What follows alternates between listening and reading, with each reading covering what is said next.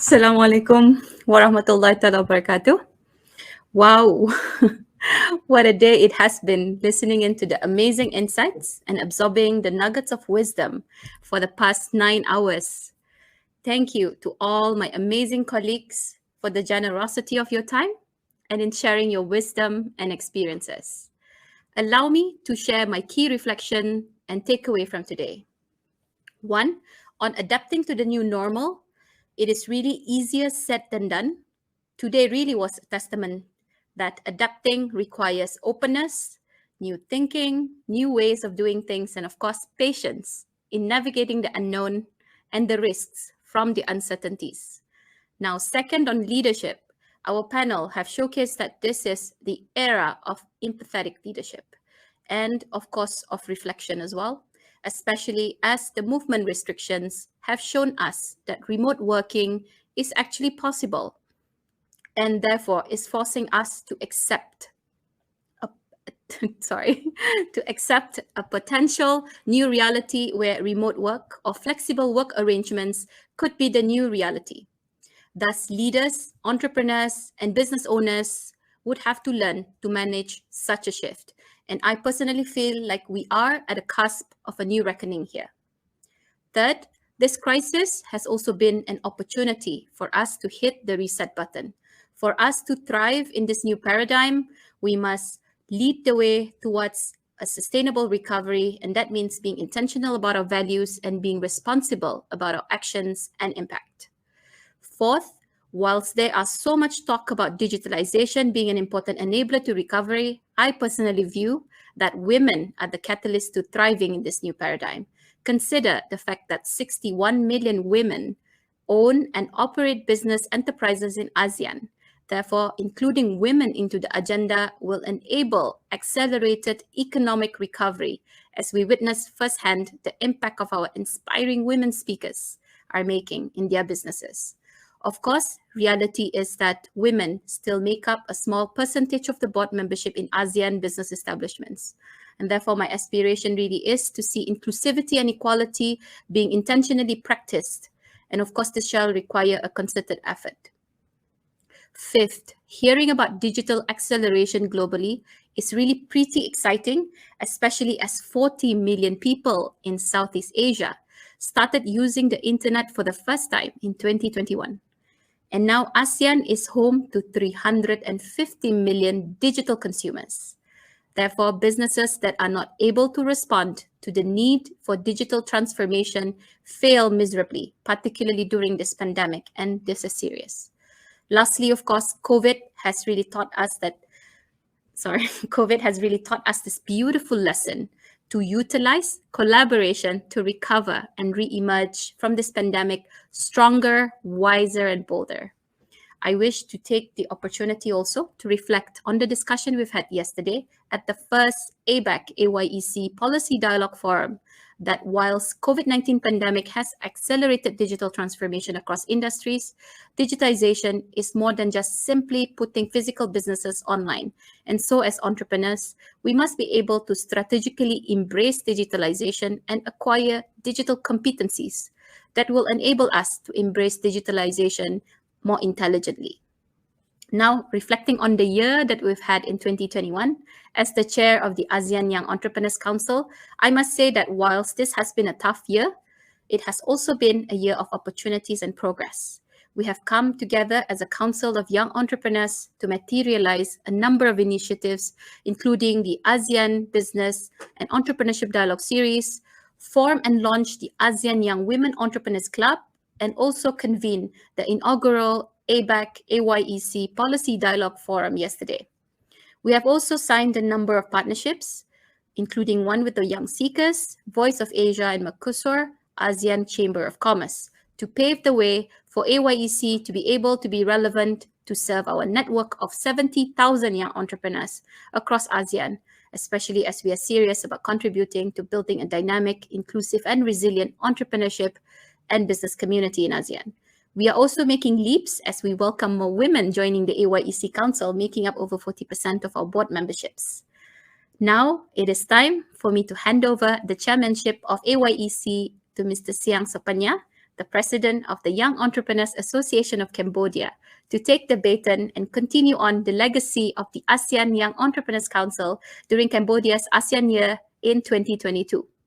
I want to thank my incredible team at YEAB, Luis, and my committee members, our volunteers, and our interns for working hard behind the scene. To my wonderful comrades at AYEC and ABAC, thank you for your counsel and support. And to my amazing partners, thank you for wonderfully working with us to make today happen successfully. This carnival, I have to say, is a testament to an ASEAN collaboration. Thank you very much, and Assalamualaikum warahmatullahi ta'ala wabarakatuh.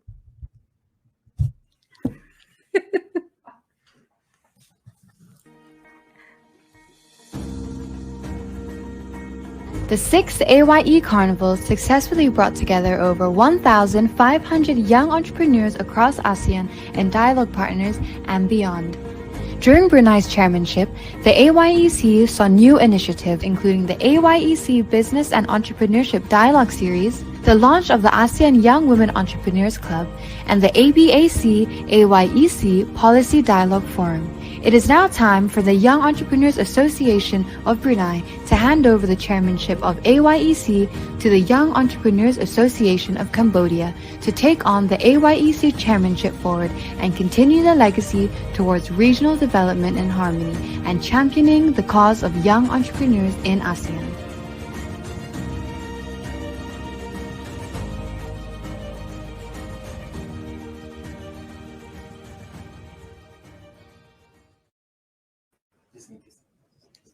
Now, may I invite my colleague, Mr. Seang Sopagna, to give his address. Thank you very much. Your Excellency, Madam Chair of ASEAN Business Advisory Council Brunei, my dear friend Fatin, Arifin, Chair of AYEC 2021, my fellow presidents of respective ASEAN Young Entrepreneurs Association, distinguished guests, ladies and gentlemen. On behalf of Cambodian Young Entrepreneurs Association of Cambodia, I am very excited today and honored to participate in the closing ceremony of our carnival, the 6th ASEAN Young Entrepreneur Carnival now. First of all, allow me to congratulate Young Entrepreneurs Association of Brunei. I wish I could, be in Brunei, Darussalam now, in your very beautiful, heavenly beautiful country, in person, to witness and participate in this festive event. I sincerely congratulate Fatin and your ABO team for successfully organizing the 6th ASEAN Young Entrepreneur Carnival this year. We understand perfectly that this time around is so tough for all of us, and Fatin and your ABO teams have not bowed down to this situation. You actually have emerged over all the problems that we are facing now, and finally you can make it in a great way. As you can see, there are so many distinguished speakers, as well as hundreds, thousands of participants around this region, including some partners from different parts of the world as well in this carnival. So as the incoming chair of AYEC 2022, actually it's a lot of responsibility there. As Fatin made it very clear already, there's a lot of activities that we together, as this Young Entrepreneurs Association family in this region aspire to achieve in 2022 and beyond in the wake of COVID-19 in our region and of course the whole world. So in this respect, I just would like to share with all the presidents and fellow young entrepreneurs across the region that Cambodia will take on this responsibility, and we will continue all the actions that have been agreed by the president of respective association And we also look forward to organizing the Carnival in 2022, and we hope that we can do that physically in Cambodia. And I hope that it's going to be very exciting as well, because we haven't met in person for 2 years. So probably it's a good time to compensate that. So just make it as exciting as possible. And our team here in Cambodia have already committed to making it very memorable and joyful for our friends from this region. I cannot agree more with our distinguished keynote speaker just now, who mentioned that we need to collaborate. We need to partner in order to rise together better after COVID-19, and that is the only way to go. And then as young entrepreneurs, we need to collaborate more. Our aspiration is to try to put all the actions into, all the plans into actions, and then we try to get people to work together.